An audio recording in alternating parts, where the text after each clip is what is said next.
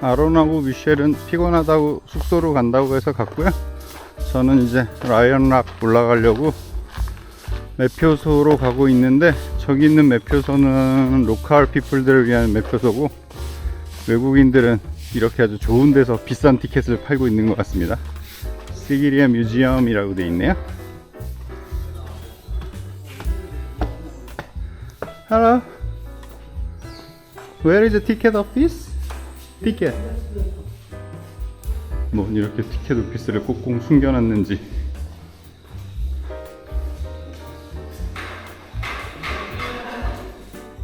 One person. Yeah. 다행히 카드를 받습니다. 돈이 모자랐는데. 그러면 외국인들은 어른이 $30, 아이들이 $15, 한 4만원 되는 돈이죠. 입장료가 정말 살벌합니다. 무려 $30짜리 티켓입니다. 비싸네요. 외국인들한테 비싼 티켓을 파는 것도 굉장히 언짢은데, 왜 출입구에서 이렇게 멀리 떨어진 데다가 티켓 오피스를 만들어서 힘들게 하는지 모르겠습니다. 아이고 힘들어. 아침에 피드런 갈라도 올라갔다 왔더니 다리가 벌써 후들거리는데, 제가 무사히 시기리아락을 올라갈 수 있을지 모르겠습니다.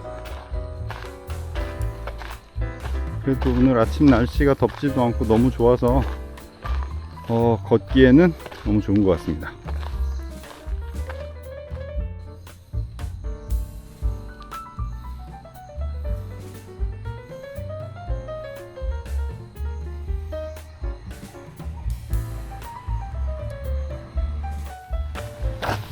온 동네 댕댕이들이 다 기어나와가지고 아침부터 사람들을 째려보고 겁나게 그러네요.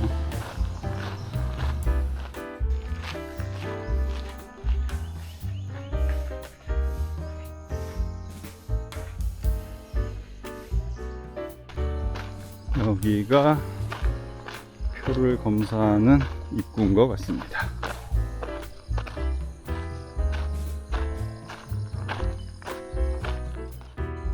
동서양을 막론하고 가장 전통적인 방법의 궁성의 조성 방식이죠. 이 바깥쪽으로 이렇게 넓게 해자를 타서 적의 침입을 막기도 하고, 이 해자의 물을 이용해서 화재나 이런 것들에 대비하기도 하고. 근데 이 시기리아에 있는 이 라이언락, 이게 규모, 이 왕궁터의 규모를 짐작할 수 있을 만큼 굉장히 넓은 해자예요. 한 15m, 20m 가까이 되는 것 같은데, 굉장히 넓은 해자를 파서 적의 침입이나 이런 걸 대비한 것 같고, 그 전설이 아니죠. 역사를 들어서 그런 건지, 아무튼 이 왕의 어떤 공포심, 두려움, 사실은 몇 가지 견해가 있더라고요. 흔히 알려져 있는 이야기는 공포심, 두려움에 의한 거란 얘기도 있고, 또 하나는 카샤파 왕이 굉장히 전략적인 선택이었다는 얘기도 있고 하는데, 그건 지난 다음에 후대에서야 어떻게 알 수 있는 방법이 없으니까. 근데 아무튼 그런 이야기를 들어서인지 이런 해자나 이런 것들이 굉장히 방어에 치중되어 있는 느낌이 좀 들기는 해요. 메인 출입구도 아주 좁고 가파른 계단으로 만들어져 있습니다. 어쨌든 출입이 쉽지 않게 만들고자 했던 의도가 보이죠.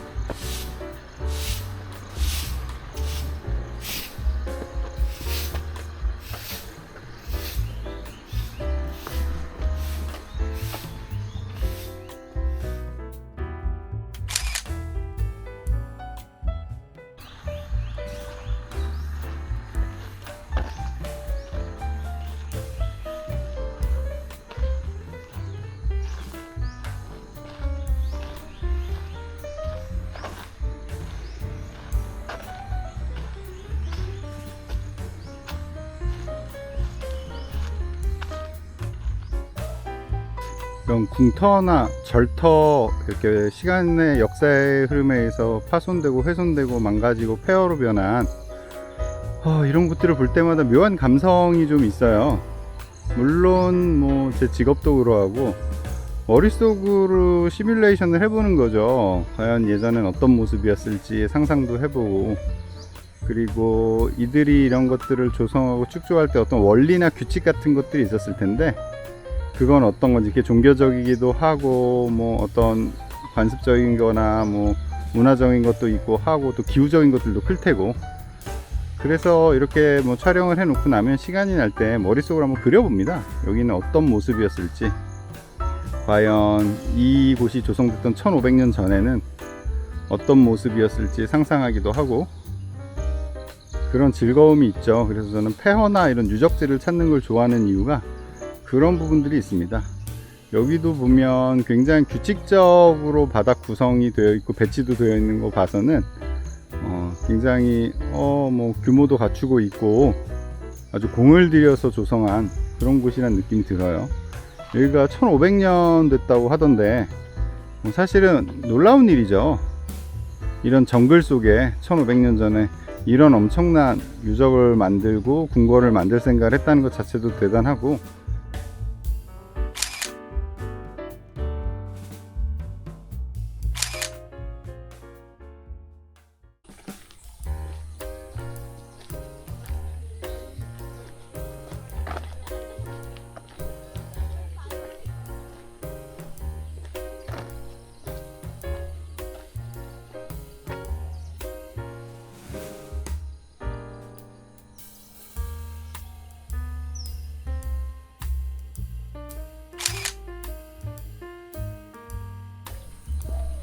와, 이제 저 앞에 실루엣으로 보입니다. 거대한 그 검은 그림자가.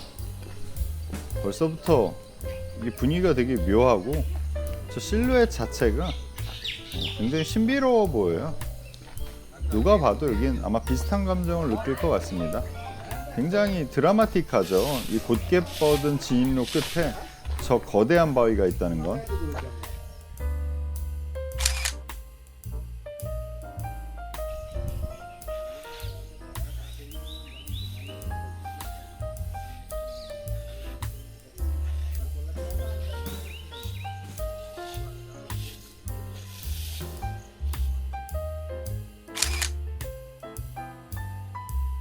저 시기리아 락에 이르는 이 진입로가 굉장히 곧고 길게 조성이 되어 있어요.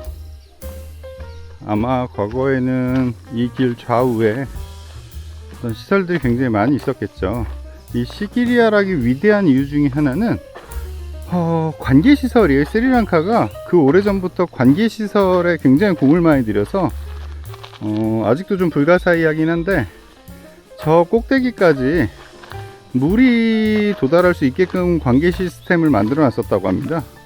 그래서 저 위에서도 항상 물이 부족하지 않았고, 그래서 저 높은 바위 꼭대기에 뭐 수영장도 있고 뭐 연못도 있고 그랬다고 해요. 그래서 저 위로 가면 뭐 물을 위로 올려보냈던 어떤 흔적들이나 이런 것들이 남아 있고 그렇다고 합니다. 결국 저런 곳에 자신의 뭐 궁전을 만들려면 바보가 아닌 다음에야 오히려 저거는 스스로 고립을 자초하는 일이기도 하거든요. 밑에서 뭐 식량이나 물을 끊어버리면 그냥 끝나버리는 거니까. 그래서 아마 이 본인은 저 위 꼭대기에 머물더라도 이 넓은 영역을 전부 다 왕궁터로 보는 게 맞을 거예요.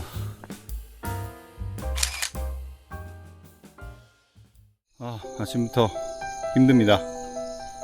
저는 여기 지금 시기리아락에 왔고요. 30달러 입장료를 내고 들어왔습니다. 이제 저 산꼭대기로 올라가야 되는데 잠시 좀 쉬었다가 올라가려고 카메라를 켰고요. 역사에 보면 재밌는 얘기가 하나 있더라고요. 카샤파 왕이 아버지 왕위를 찬탈했거든요. 원래 카샤파는 큰아들이긴 한데 선대 왕이 되지 않았던 시절에 평민이랑 결혼해서 낳은 아들이고, 왕이 된 이후에 귀족 집안의 부인을 다시 얻어서 둘째를 낳았다고 해요. 그러다 보니 본인이 큰형이고 장자임에도 왕이 못 될 거란 불안함이 있었다고 해요, 카샤파는. 그래서 결국에는 이제 큰 권력을 가지고 있던 다른 권력자와 이제 힘을 합쳐서 급기야 이제 아버지의 왕위를 찬탈하게 되거든요. 그렇게 왕위를 찬탈하고 났더니 이제 카샤파는 그런 생각을 했었나 봐요. 이 나라를 운영하기 위해 막대한 부가 필요했을 텐데 분명히 우리 아버지가 어마어마한 보물을 가지고 있을 것이다. 내가 그 보물을 찾아야 아마 이 나라를 국정을 운영할 수 있을 거라는 생각을 했을 테고, 더욱이 본인이 이제 순조롭게 왕위를 이임받은 게 아니다 보니까 이양받은 게 아니다 보니 아마 이제 더 돈이 많이 필요했겠죠. 자기를 도와줬던 사람들의 보상도 해야 되고. 그래서 아버지를 추궁했다고 해요. 도대체 보물이 어디 있느냐. 그랬더니 선대왕이 조용히 아들을 데리고 이제 관계시설로 조성해 놓은 큰 저수지에 데리고 갔답니다. 그래서 거기에 물을 한 잔 떠마시면서 보아라, 내가 가진 보물은 이게 전부다 라고 얘기를 했대요. 그 얘기를 들은 카샤파 왕이 분노한 나머지 아버지를 그 자리에 묻어서 죽였다라는 얘기를 하더라고요. 근데 생각해보면 이 스리랑카는 그때나 지금이나 농업 대국이거든요. 나라의 부가 대부분 농업에서 이어져 오고, 그 농업의 핵심은 결국에 쌀농사거든요. 그럼 쌀농사를 짓기 위해서는 당연히 물이 필요할 테고, 당연히 아마 선대왕 입장에서는 이 나라의 부를 축적하기 위한 가장 큰 수단은 결국에는 관계시설이었다는 생각을 했을 거예요. 그러니 선대왕의 말이 틀린 건 아니겠죠. 물론 진짜 보물이 있었는지 어쩐지는 모르겠지만, 그리고 그런 것만 봐도 그렇고 카샤파 왕의 선대왕은 아마 해안이 있었던 것 같습니다. 아마 카샤파 큰아들이지만 카샤파를 왕으로 계승 안 한 이유가 아마 그런 적통이 아니라서 뿐만이 아니라 아마 그런 카샤파의 아둔함, 욕심이 많음, 포악함, 이런 것들을 미리 알고 있지 않았을까 싶어요. 결국에는 그런 관계시설, 아주 일찌감치 1500년 이전부터 굉장히 발달한 관계시설이, 그런 시스템이 이곳까지 적용이 되어 있습니다. 그래서 저 꼭대기에 있는 저 라이언락, 시기리아락 꼭대기까지 물이 원활하게 공급됐었다고 해요. 아마 수차를 이용했거나 어떤 펌핑 시스템을 이용해서 물을 끌어올렸겠죠. 그래서 저 꼭대기에 굉장히 넓은 연못도 조성해 놓고 수영장도 조성해 놓고 물을 쓰는 데 있어서 전혀 불편함이 없었다고 합니다.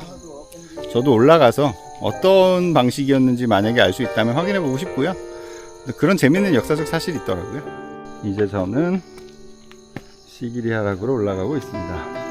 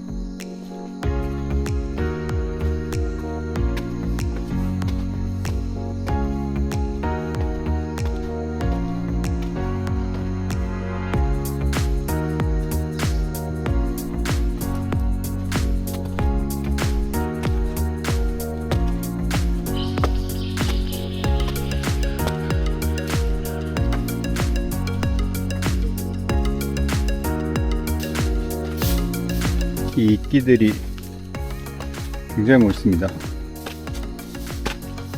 시간과 역사의 그 궤적들을 그대로 담아놓은 것 같고,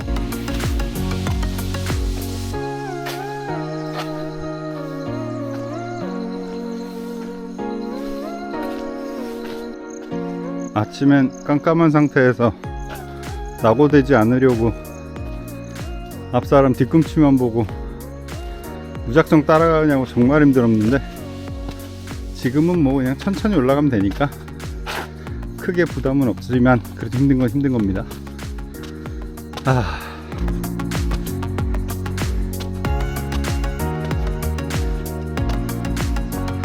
오늘 아마 계단을 제가 평생 먹은 라면 개수보다는 많이 올라가야 될 것 같아요.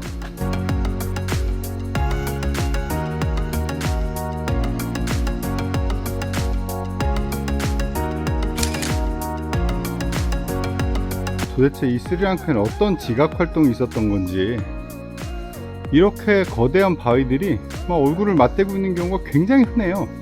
그래서 아주 자연스럽게 이런 통로들이 만들어지거든요. 일부러 뭐 이랬을 리는 당연히 없으니까. 근데 이런 형상의 바위들이 이렇게 맞대고 있는 형상들이 여기저기 굉장히 많습니다. 특이해요. 인디아나 존스 실사판 같습니다. 이런 바위들이 어떻게 저렇게 공중에 떠 있듯이 이렇게 자연스러운 루프나 캐노피를 형성해서 공간을 만들어주고 있는지 희한한 일이에요.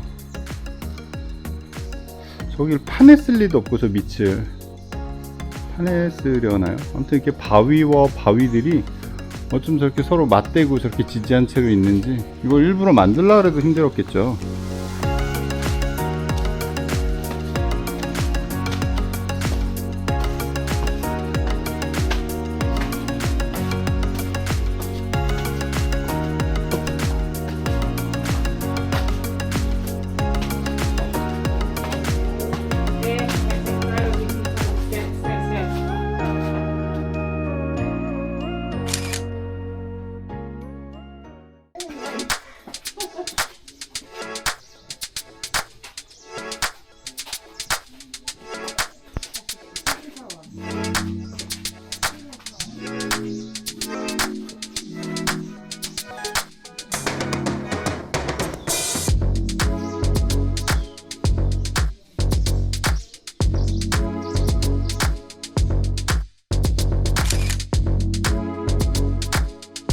놀랍다라는 말밖에는 다른 말이 떠오르지 않네요.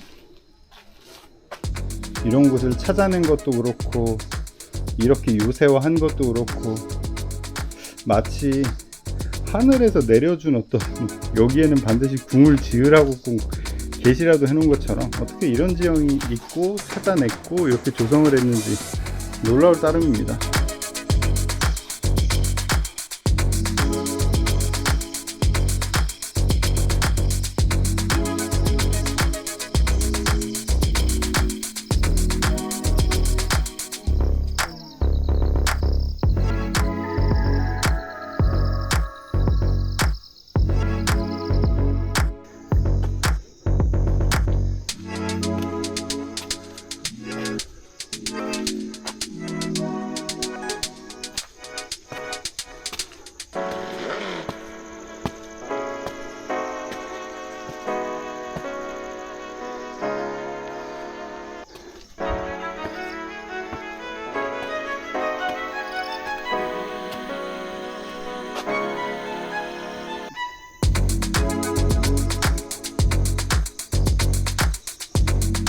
이런 애들은 어디서 와가지고 이런 데서 쉬고 있는지. 하늘을 뒤덮고 있다는 말이 이런 표현일 거예요. 오히려 저 라이언 락이 위로 올라가면서 넓어지는 형상이다 보니까 자연스럽게 이렇게 덮이는 느낌이네요. 와, 대단합니다, 위용이. 올라갈 테니까 짖지 마이.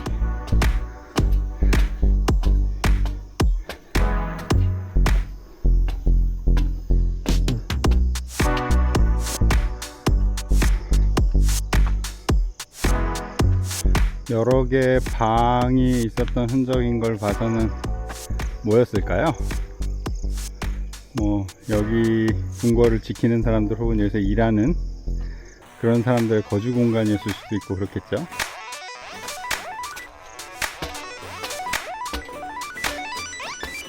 진짜 뷰는 끝내줍니다. 와, 어쩜 이런 뷰가 나오죠?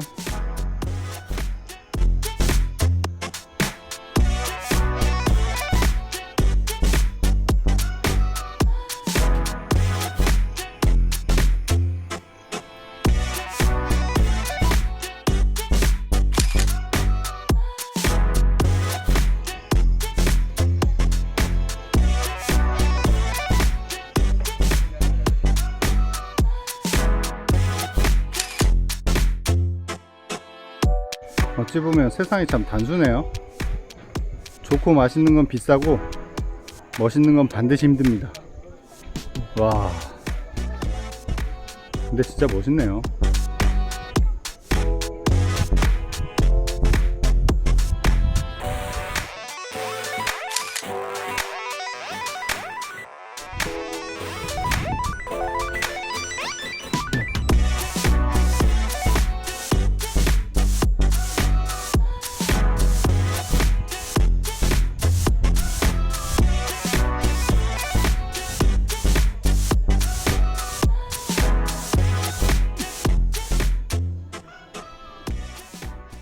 드디어 사자산에 사자의 발톱이 드러났습니다.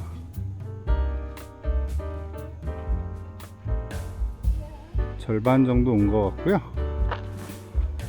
원래는 사자의 이 몸이랑 뭐 얼굴이 표현되어 있어서 사자 입으로 들어가는 구성이었다고 해요.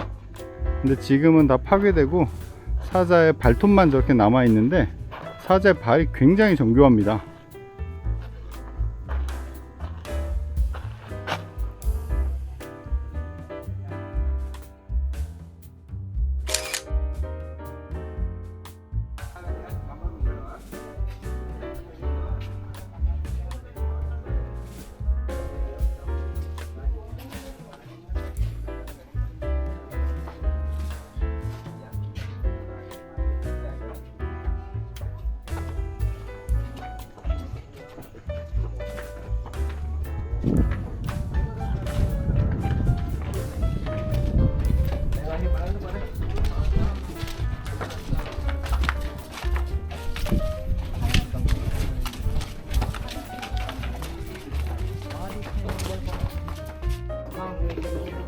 저 손에 잡힐 듯 가까이 보이는 데가 아침에 제가 다녀왔었던 피두랑갈라 바위예요.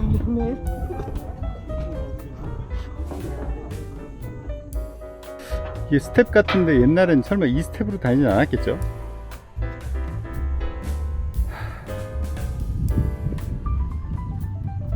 온 길도 무섭고 가야 할 길도 무섭고 결국 다시 이 길을 무섭게 내려와야 한다는 뜻이겠죠? 아, 힘들고 무섭고 그러네요. 그래도 멋있습니다.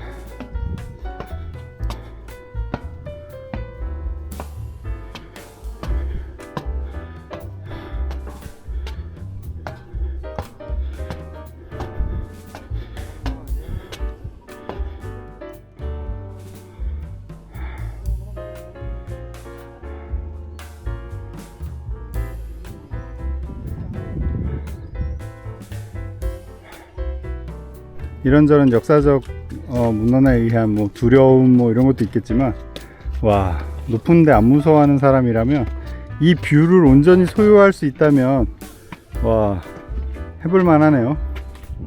진짜 너무너무 멋있는데 너무너무 무섭습니다. 이거 볼 때마다 아찔아찔합니다. 어휴, 제가 높은 곳을 워낙 무서워해서 어떻게 내려가죠? 이따가 큰일 났네.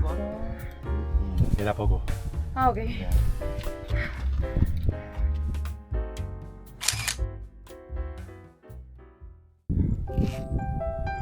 드디어 정상에 거의 올라왔어요. 여기가 왕궁터 같고요. 아시아의 마추픽추니 이런 얘기들을 하더라고요. 그 오래전에 이 꼭대기에, 와, 결국에 사람 손으로 이 벽돌이나 모든 걸 다 날랐을 텐데 대단합니다.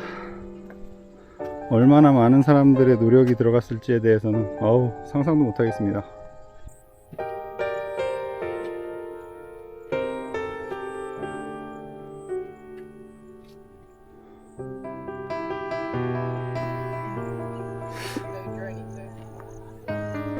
대단합니다. 그 오래전 이 꼭대기에 이 바위산, 덩그러니 있는 바위산 꼭대기에 이런 엄청난 규모의 궁전을 만들어 놨다는 게 대단합니다. 말이 안 나오네요.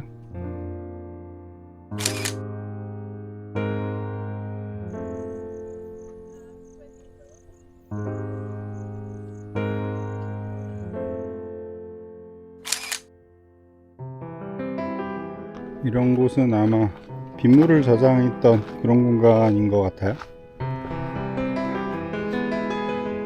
굉장히 여러 단의 기단을 축조해서 벽돌로 기단을 축조해서 어떤 터를 만든 것 같아요. 아무리 평평한 바위산이라고 해도 그 위가 완전히 플랫할 수는 없을 테니까 이렇게 벽돌을 쌓아서 어떤 시설들을 많이 만들어 놨습니다.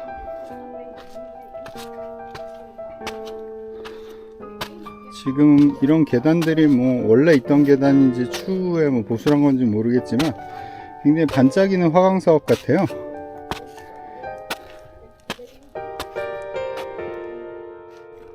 여기가 가장 높은 영역이네요.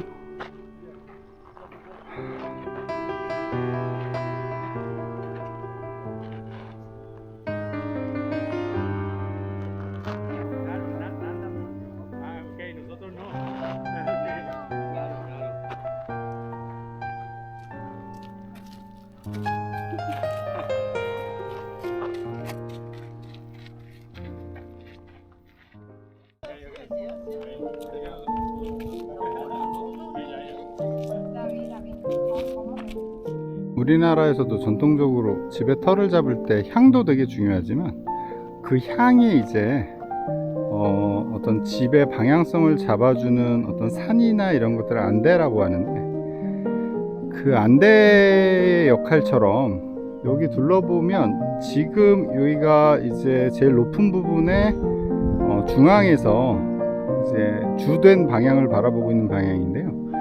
저 앞에 이 산이 가장 위용이 좋은 산입니다. 형태적으로 이제 빼어나고 제일 가까이 있으면서도, 그리고 그 앞에 있는 아마 호수 같은데 호수의 뷰도 그렇고, 아마 저한테도 이 중에 방위를 잡으라 그랬으면, 향을 잡으라 그랬으면 이렇게 잡았을 것 같아요. 확실히 사람들의 생각은 역사와 뭐 문화와 시대를 달리해도, 지역적 차이가 있다 해도 대체적으로 비슷하다는 생각을 가끔씩 하게 돼요.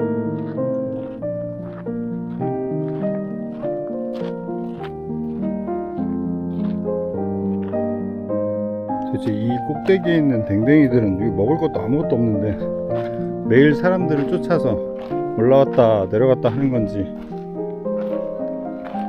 한 번 올라오기도 힘든데. 와.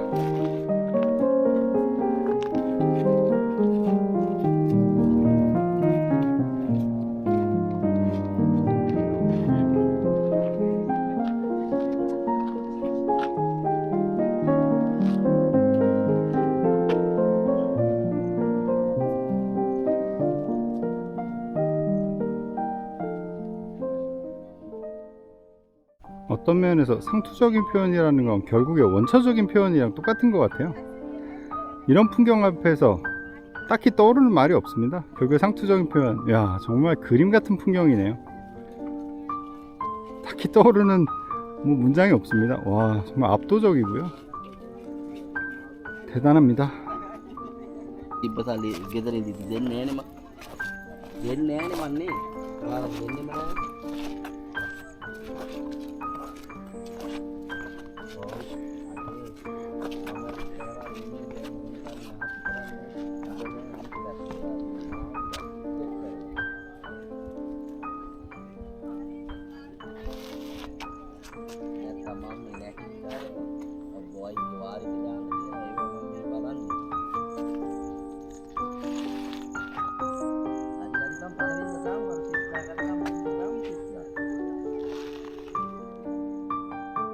저 밑에 까마득하게 이 궁성터의 주 진입로가 보입니다.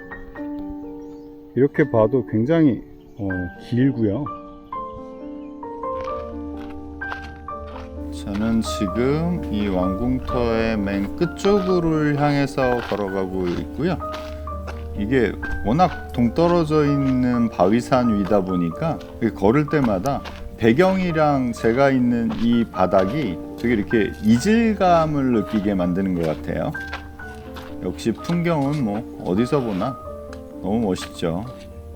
그리고 제법 규모가 크다는 걸 이런 부분에서 느낄 수 있는 것 같아요.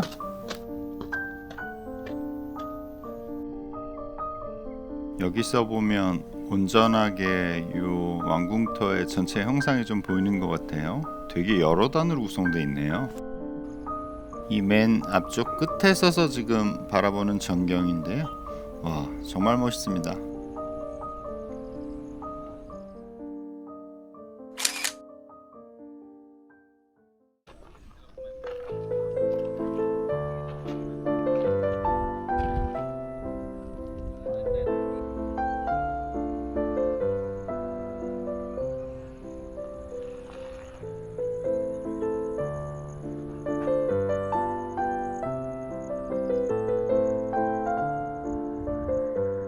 아마 이렇게 연속적으로 계단을 구성 안 하고 오른쪽으로 또 왼쪽으로 이렇게 꺾어서 많이 계단을 배치했던 이유는 뭐 여러 이유가 있겠지만 추측해 보건대 저 위에 메인 공간으로의 바로 접근이 어렵게 만들려고 했던 거 아닐까 해요. 그래서 뭐 여러 계단을 방향을 달리하면서 동선을 길게 만드는 거죠. 이 또한 방어적인 목적이 있지 않았을까 싶은 생각이 듭니다.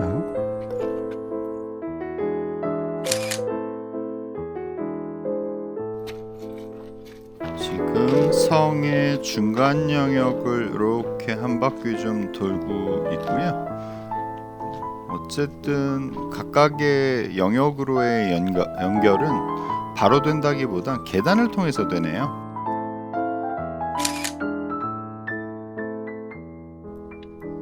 여기가 이곳의 메인 폰드 같아요. 규모도 굉장히 크고 담수량도 적지 않아 보입니다.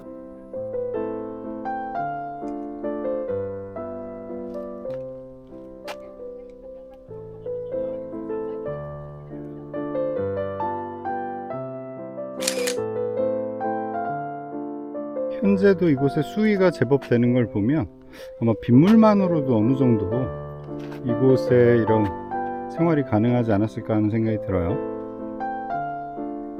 지금이 사실은 우기는 본격적인 우기는 아니라서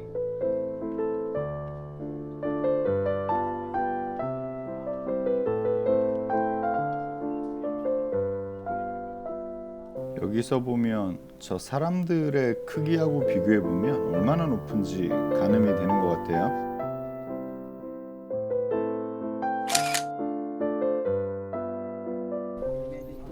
이 폰드가 이 전체 왕궁터의 중심 공간인 것 같아요.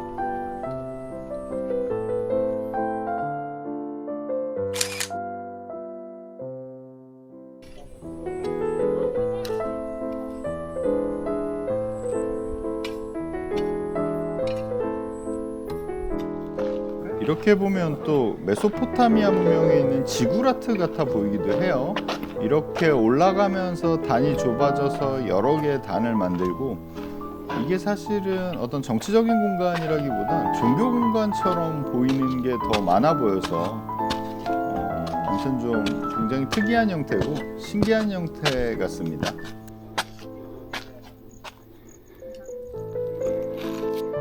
킹스 체어라고 합니다. 왕의 의자였던 것 같고요. 옆에는 뭐 큰 뭘 세워놓거나 깃발을 꽂았거나 했겠죠. Den Zusammenhang, den verstehe ich zwar immer noch nicht. Kann ich dir sagen. Ayurveda. Du sollst so animiert werden. 해가 나니까 엄청나게 뜨겁네요. 그래도 여태까지 해가 없어서 다닐만 했었는데 서둘러 내려가야겠습니다. 와, 해가 나니까 기운이 쪽 빠지는 것 같은데요.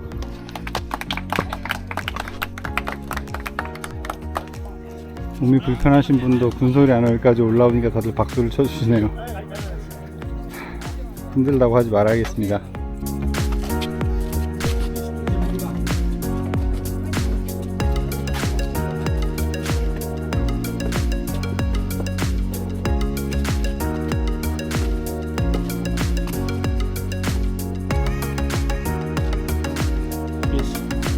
you.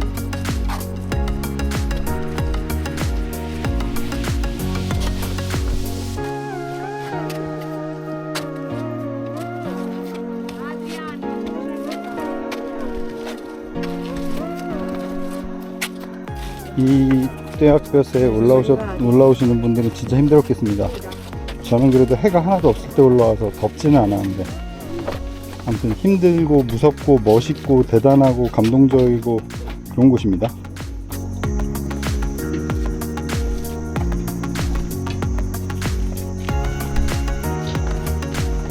그래도 확실히 올라올 때보다는 내려갈 때가 풍경이 훨씬 멋있네요. 돌아보는 게 아니라 바라보면서 내려가다 보니까. 근데 그만큼 더 무섭기도 합니다.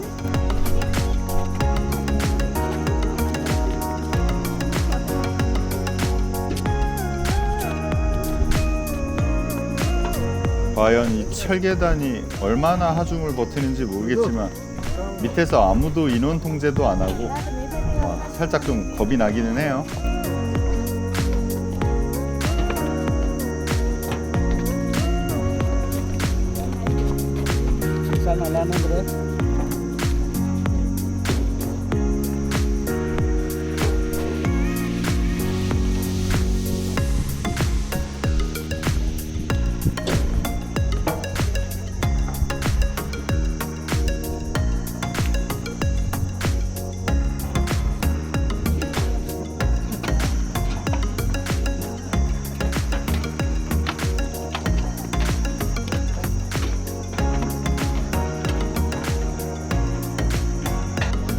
날은 뜨겁고 사람들은 쉴 새 없이 올라가고 내려가고 군데군데 계속 막히고, 와, 그래도 중간중간 보이는 풍경은 숨막히게 아름답고.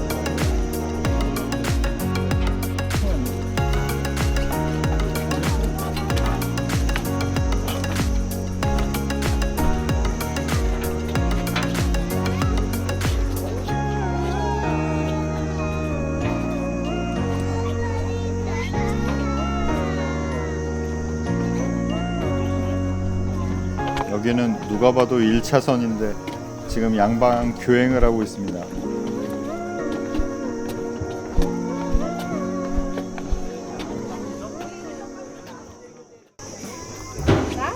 이제 거의 다 내려왔습니다.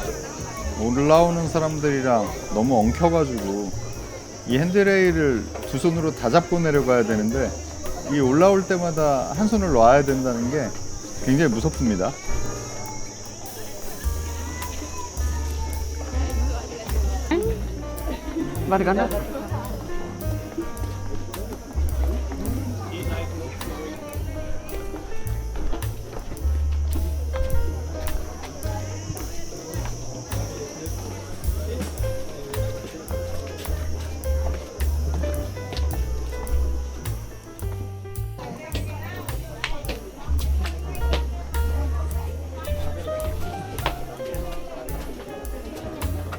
여기도 엄청나게 깎아지는 계단인데 손잡이가 없습니다. 계단 폭이 굉장히 좁아서 발이 큰 사람들은 헛디기 딱 좋은데, 손잡이는 좀 설치해주지. 일단 손잡이가 없어서 조금 위험한 느낌이긴 해요.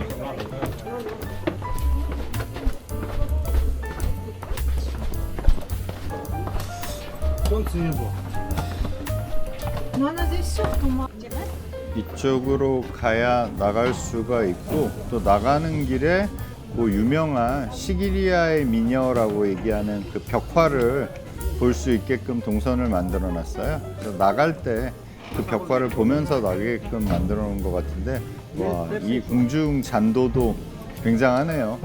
풍경도 멋있습니다. 듣기로는 여기 500명의 미인도가 그려져 있었다고 하는데 많이 훼손돼서 이제는 몇 명 안 남았다고 하더라고요. 끝없는 계단의 연속입니다.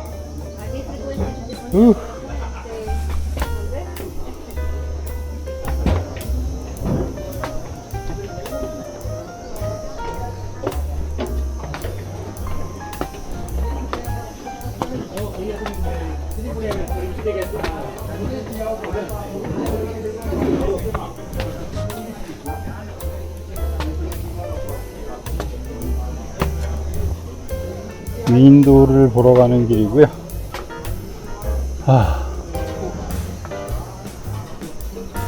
거의 다 온 것 같습니다.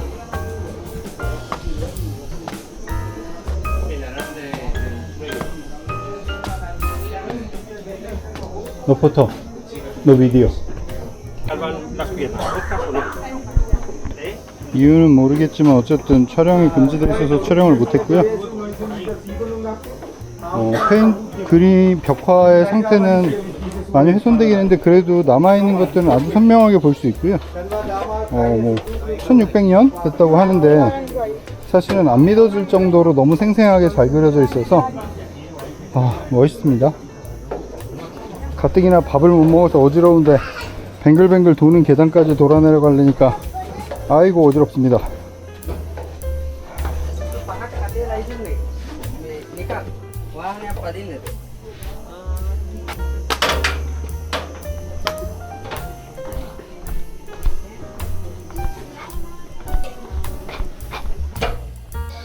보면 볼수록 정말 대단합니다. 이런데 이런 바위가 있다는 것도, 그리고 이 바위에 그런 시설을 만들었다는 그 고대 사람들의 생각도 대단합니다. 올라가는 것도 힘들었는데 결코 내려가는 것도 만만치 않습니다. 한 번은 왔지만 두 번은 못 오겠네요. At the time I'm told you the different pronunciation. 어디언스 홀이라고 합니다. 여기서 무슨 연회 같은 걸 했었나봐요. 저기 멀리 보이는 데가 왕이 앉았던 의자 같고요. 어디선가 무희들이 뭐 춤을 추거나 노래를 하거나 했겠죠.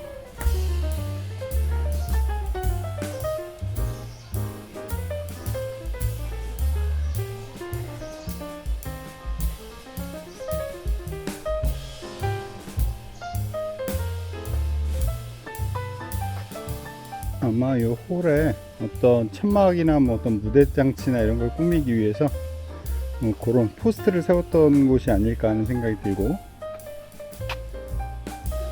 그냥 통 바위를 이렇게 깎아서 만들었어요. 근데 여기 바위들이 대부분 단단한 화강석 같은데 이걸 어떻게 이렇게 깎았는지 모르겠습니다. 개인적으로 고대 돌 다루는 기술은 신라시대나 고려시대 석탑이 최전성기에 이르렀을 때, 그때 우리의 돌 다루는 기술이 세계 최고가 아니었을까 했는데, 이거 분명히 화강석인데 굉장히 정교해요. 스리랑카의 돌 다루는 기술도 다시금 한번 높이 평가하게 되네요.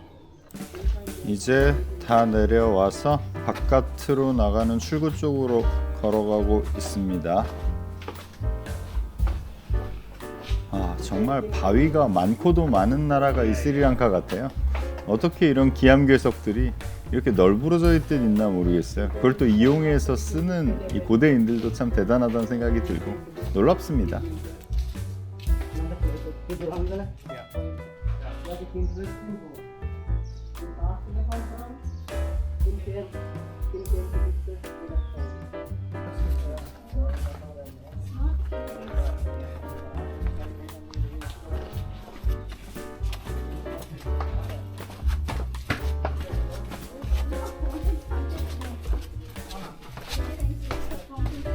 여긴 또 다른 출입구 같아요.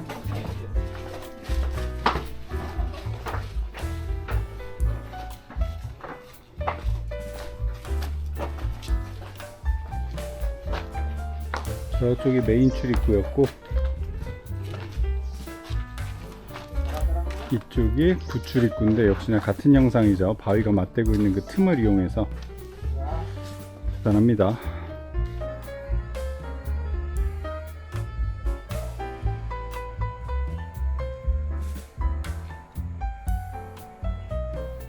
여기도 무슨 벽화가 그려졌던 뭐 그런 거 같아요. 스타코가 좀 발라져 있는 거 보면 바위 형상 정말 특이합니다.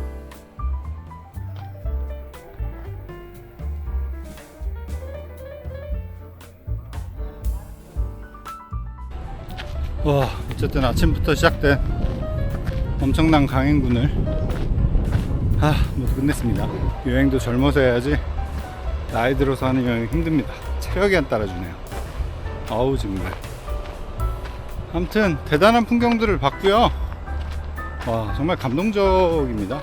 와, 어쩜 이런 풍광이 있을 수 있는지에 대해 깜짝깜짝 놀라게 되고, 이런 게 여행의 마법이죠. 없는 힘도 쑥쑥 뽑아내는.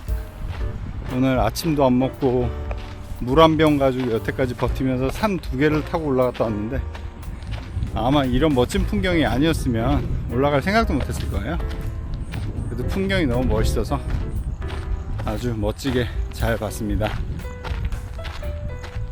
사실은 뭐 입장료에 대해서는 호불호가 많으니까 딱히 차치하더라도 일단은 그 가치가 있느냐에 대해서 이야기를 하자면, 뭐 이것 역시 보는 사람들마다 관심 분야에 따라 다른 얘기겠죠. 근데 사실 아누라다푸라에서 25달러는 좀 이상했어요. 제가 보기엔 바깥에 있는 유적들, 그러니까 입장료가 필요 없는 지역에 있는 유적들이나 입장료를 받는 헤리티지 에어리어 내에 있는 히스토리컬 에어리어 내에 있는 곳이나 그렇게 유적의 가치나 이런 게 다르지 않았던 것 같거든요. 근데 아무튼 25달러 좀 아깝다는 생각이 들었는데, 여기는 뭐 사실은 제 기준에서 한국 사람 입장에서 4만원의 입장료가 뭐 적절하냐 이런 걸 떠나서, 만약에 누군가에게 여기를 온다고 하면 추천하겠느냐 하면 저는 추천하고 싶습니다. 굉장히 멋있었고요. 놀라운 풍광, 놀라운 역사, 그런 것들에 대해서 다시 한번 깜짝 놀라게 됐네요. 일단은 뭐 좀 먹고 숙소로 가서 잠깐 기절해야겠습니다. 와, 다리가 이제는 말을 안 듣네요. 힘든 하루가 이제 10시, 11시밖에 안 됐는데 오늘은 아마 죽어 있어야 될 것 같은 느낌이에요. 그래도 뿌듯합니다. 기쁘고 잘 봐서 이 영상을 어떻게든 예쁘게 잘 담아야 될 텐데 모르겠네요. 실력이 없어서 어떻게 잘 담을지. 아무튼 그렇습니다. 아침에 아론하고도 얘기를 했지만, 사실 여기 코끼리 때문에 걸어 다니면 안 된다, 툭툭이 타야 된다라고 얘기를 하는데 잘 모르겠어요. 제가 뉴스를 검색해봐도 여기 관광객이 뭐 야생 코끼리에게 습격을 당해서 무슨 피해가 있었다 이런 뉴스 못 봤는데 다들 그렇게 얘기하니. 근데 또 이렇게 보다 보면 이거 보면 코끼리 똥이거든요. 아마 야생 코끼리 있긴 있겠죠. 근데 그게 얼마나 위험한지는 잘 모르겠는데, 아무튼 야생 코끼리 때문에 안 된다, 뭐 하고 싶어도 야생 코끼리 때문에 안 된다는 말들이 너무 짜는 각본처럼 얘기를 하니까 사실 오히려 신뢰감에 더 저하가 되긴 하는데, 여기 걸어서 다니는 뭐 새벽에 일출 보러 걸어가고 이러는 서양 친구들 많거든요. 아무튼 뭐 적당한 가격을 부르면 좋은데, 그런 이유들로 너무 비싼 가격을 부르니까 불편하긴 합니다. 그래도 원래 혼자 오려고 했던 거, 저는 아론하고 미셸하고 같이 와가지고 툭툭 비용을 좀 세이브하긴 했는데, 아무튼 뭐 사실은 툭툭이 아니라면 혼자 걸어가라고 해도 못 올 거리기는 해요. 밤에 무섭기도 하고. 아무튼 그 두 친구 덕분에 항상 위기 때마다 잘 헤쳐나가고 잘 세이브하고 그렇게 즐겁게 여행을 하고 있는 것 같습니다. 그 두 친구는 이제 캔디로 간다고 하니까 저랑 여기서는 좀 찢어져야 될 것 같은데, 저는 다음 목적지가 좀 다른 곳이라서 또 어디선가 만나게 되겠죠 뭐. 네가 먹을 만한 메뉴를 내가 안 시켜. 이거 다 양념된 거라 너 먹으면 안 돼. 너 먹으면 안 된다니까?